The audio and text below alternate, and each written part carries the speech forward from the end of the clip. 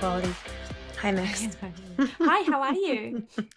I am doing very, very well. It is like Great. perfect temps here in Cali. Can't wait to come one of these days when you're not training for a high powered, high octane race. You will come and visit me this time of year in California. Yeah, I know, I know. I'm in fact coming to California in November, Hmm. although I'm not hitting San Fran, You're going to be unfortunately. in. Manhattan Beach, which is like one of my favorite places to be. God, that sounds so wanky, and I don't mean for it to sound that way, but No, I think it's a lot of people's um, favorite place to be.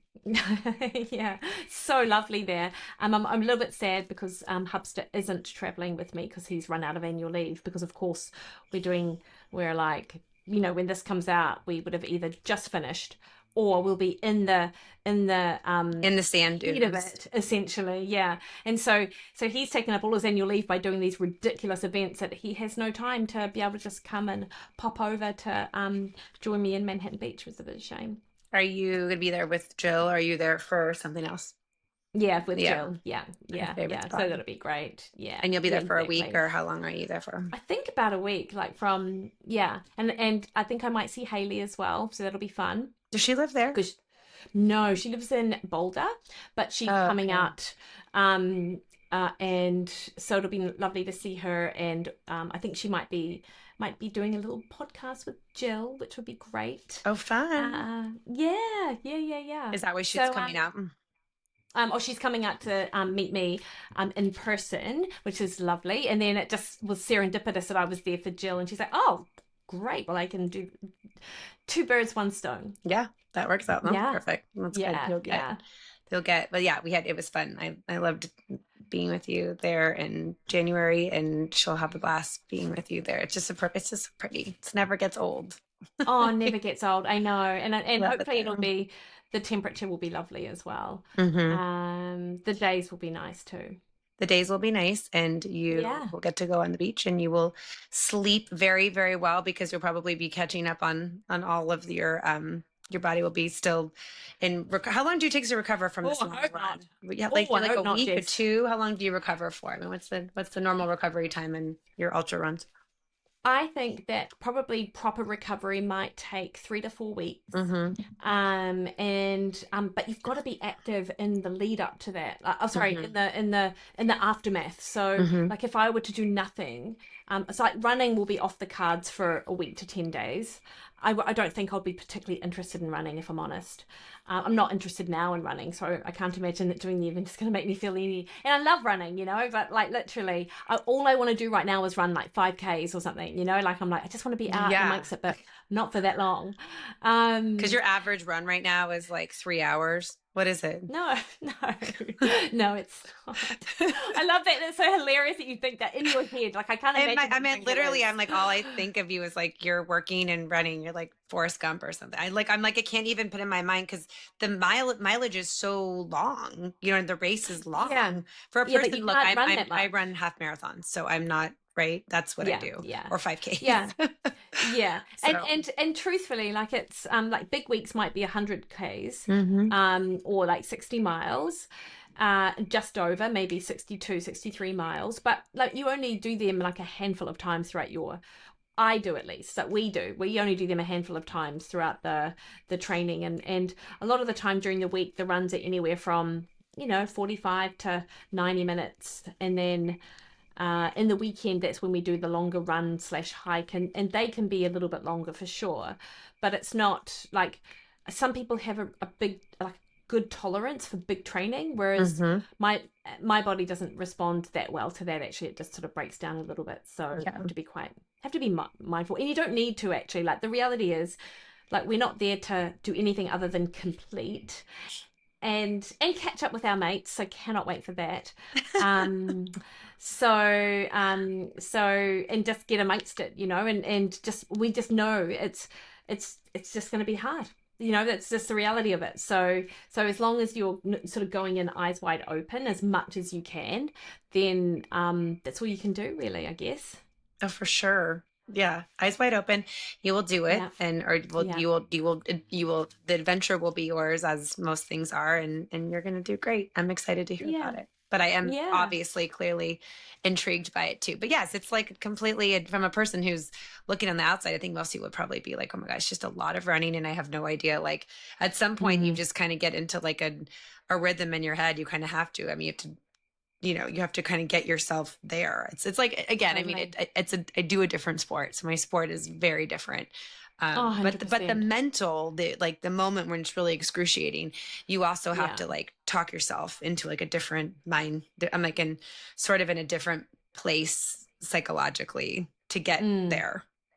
totally. But it's not Totally. That long, but it is no. intense. Yeah, and Hmm. it's just it's I think you've got to have those same skills. They just sort of manifest differently, right? It's such a mental game. Like and for us it's putting in just knowing it'll take forever. Like and it's because Mm. we talk about it being running, but actually most of it will probably be hiking. So it's not there's not a ton of the running, but for you like it's short and sharp and that freaks me out. Like the idea of doing kettlebell snatches like 100 kettlebell snatches. I just couldn't even imagine anything worse. I'm Actually. so glad that we are. Sorry, there's a big ass raccoon that is Ah, currently outside of my door. They're so gross. I have no idea why. Why are you not afraid? But I'm just going to pretend. mm-hmm. Because I'm not afraid because I lift kettlebells a Mm, hundred times over my head. Not afraid of the mm-hmm. raccoons. But yeah, there's a little bit of something. But that's probably why we picked the sports we do, right? Because they're just a little Mm, something like I have no idea how a person could run like that many miles, and you're like, I have no idea a person can lift 100, snatches over their head yeah, at 53 pounds. Like how? So, but yeah. you get in it, and you kind of makes you this kind of badass in your field, and here we are. We're both Here badasses in we our are. field, thinking each other are a little bit crazy. But I'm glad we There found you each go. other. But what we do need, what you will need a lot of, is sleep. I Mm, think that just tends to be everybody's 100%. favorite topic. I know we were talking on our last episode a lot about nutrition, obviously, and a lot about GLPs, and a lot of mechanisms of action, and all of these things. But I think something in the quest to continue to have like ownership right over your health, and we were talking about too last time, is instead of being like constantly emotionally hijacked, try being rationally hijacked by just Mm-hmm. what you can do, what is in Mm-hmm. your control. I hope, I mean, for most people you'd like to think that like most of the time sleep is in your control. I understand when you're going through perimenopause that's not always the case, but what are some kind of things in regards to sleep that are pretty much just critical for health?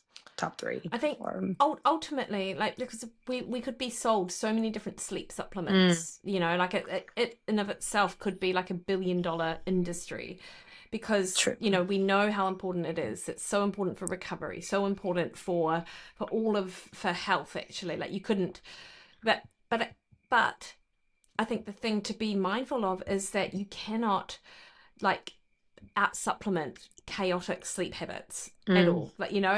And in fact, you will get way more from dialing in your sleep routine than you will ever get from spending $120 on a magic supplement because that supplement won't work. And mm. I think we have to remember that a supplement is supplemental to routine, to diet, to exercise, to our sleep hygiene. So Point. yeah, so I think actually dialing in a really good sleep routine is the most important thing that someone can do.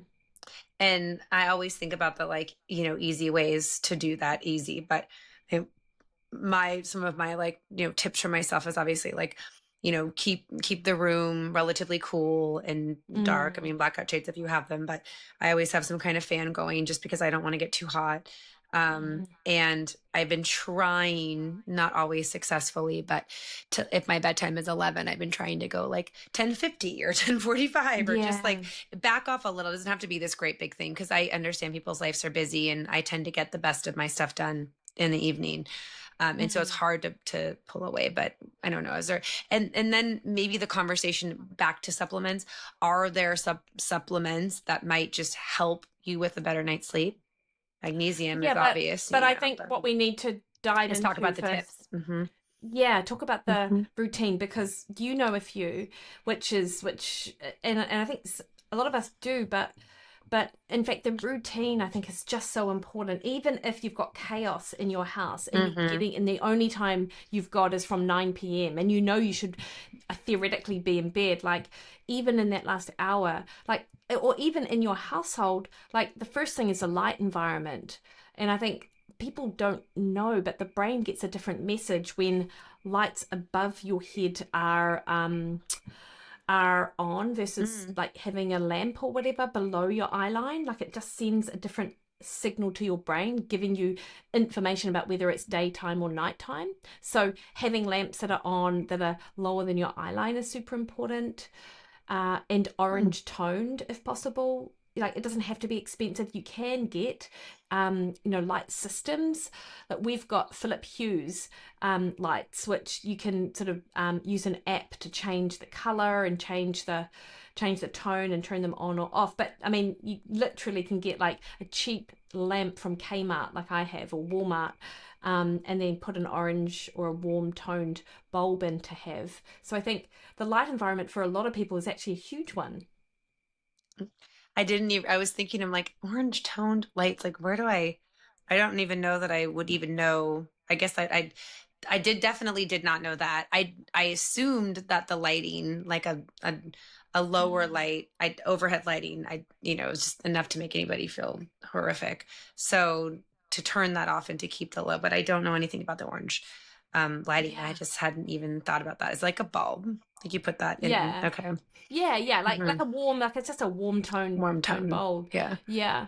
And and I know that lots of people have to do their work in the evening time, but if they can do it with some blue light blocking glasses, Mm. um and then if you are watching anything, like try not to watch it on your phone screen because it's so apparently even the activity of having like a phone screen up near your face is a little bit too excitatory for your brain. Hmm. So the computer like a little bit further away or a TV is just so much better Oh, that's than interesting. So the mm, distance of something is like has a different effect on. yeah, That's good. Yeah, I hadn't yeah, really. yeah. What to and how about the elusive question is what's the right amount of sleep a night? Yeah, like that is one of those questions, isn't it? Like 7 to 9 hours, Yeah. always hear sort of bandied about. But if you consistently get less than 6 hours, that's when I feel like people can really start to, in my clinical experience, like there are people who are short sleepers, like genetically, but even short sleep is about 6.5 hours. So it's not even that's not even that much shorter than what the sort of recommended average. But whatever you need to feel refreshed and feel like you're recovered and your mood is fine and not you're not prone to being emotionally hijacked and all the rest of it, like these are really important um uh indicators of your sleep habits, I think. What about naps? Oh yeah, apparently, yeah. So any nap from like 20 to 60 minutes is enough to sort of like it does different, like your brain does different things in a 20-minute nap versus like a 60-minute nap, but 20 minutes is enough to sort of refresh a lot of that, get that sort of initial recovery going. And actually it's often recommended, but not after about 4 o'clock. So being mindful of if you're napping, then nap earlier in the day rather than later. And it can just be, I always say something, I just close my eyes for like 15 minutes and just lay in a dark Yeah. room. I don't even know if I fall asleep, but it just makes me feel restored. Yeah, Mm. amazing. And there is something called non-sleep deep relaxation, I think it is, NSDR. And you can Google these things on YouTube. Um, but I think, but the most important thing is actually the routine of what we're talking about. Mm. So with the lights, with the 45 minutes before bed, actually put your phone away, Hmm. have a warm shower, have your magnesium glycinate at 45 minutes before headed to bed. Like just get your body used to a certain routine. So your body starts to understand what happens next, because so much of what Mm. we do is on a circadian rhythm, and you can Mm. absolutely entrain it. And that's what a lot of people like. If you're chaotic, your sleep's going to be chaotic. Mm. That's actually so obvious, but not obvious. You know what I mean? Like it's Yeah, true. I just didn't even it. I guess it is really important. Your body, there's all that their body is paying attention to this stuff, even when you don't think that it is. But like yeah, having this nighttime routine, you're right, is good. You have dinner, you like read a little bit, or you watch a little show, or you walk around a little bit and you do the dishes, and then you have your, cup of magnesium, and then you brush your teeth, and then you get a bit like Yeah. it's true. You kind of have to follow an order of operations with the That's it. intention that that order of operations is going to like allow for longer, richer sleep. But it's 100%. funny. I just didn't even, I'm glad you said that. I have a question about the magnesium, going back to this, because magnesium is always kind of associated with like potentially better sleep at night.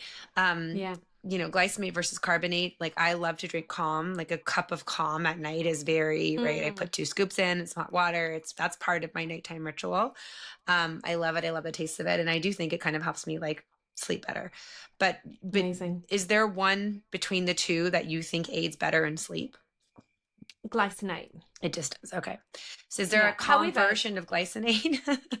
well, you you know? can just get glycinate powders. Okay. But albeit, I mean that's what Okay. I use. But it No, doesn't that's mean that good to know. what you're Okay. doing isn't working. This is the thing, because that type of magnesium is less easily absorbed. It doesn't mean you're not absorbing anything. And it sounds, Jess, that if you're getting relaxed from it, then it's clearly working. So, and a lot of it again might be about the routine of it. You're used to having your cup of calm and sitting down and reflecting on the day, then going to bed, or whatever your evening looks like. And that in of itself is great. The glycinate does kind of have its own version of calm. You put, do you put, when you drink it, do you put teaspoons or whatever the recommended dose is in a hot cup of water, or do you just drink it like in a glass or So, whatever? so magnesium glycinate is a Hmm. type of magnesium, Hmm. and my magnesium is glycinate, citrate, and malate together. So they're all different types of magnesium, and I have them in a product. Pillar Performance is the product that I use, and I have it in cold water. And you have that, is that part of your nighttime ritual? Yeah, I love it. But yeah, I could yeah. have mine, I could have that same thing hot. Of course, yeah, and you So do, this is yeah, good. Yeah. yeah. But I could have the three. I could have that. Like, you know what I mean? Like I could either one I Oh, could you try. you easily Right. could, Yeah. I yeah, just yeah, didn't yeah, even yeah, know in my own brain. I didn't know that yeah. there was another version. Like if I wanted to do glycemate, or I wanted those three combined together in that pillar form, that I could have that at night in my hot water and have the same routine as I do with calm.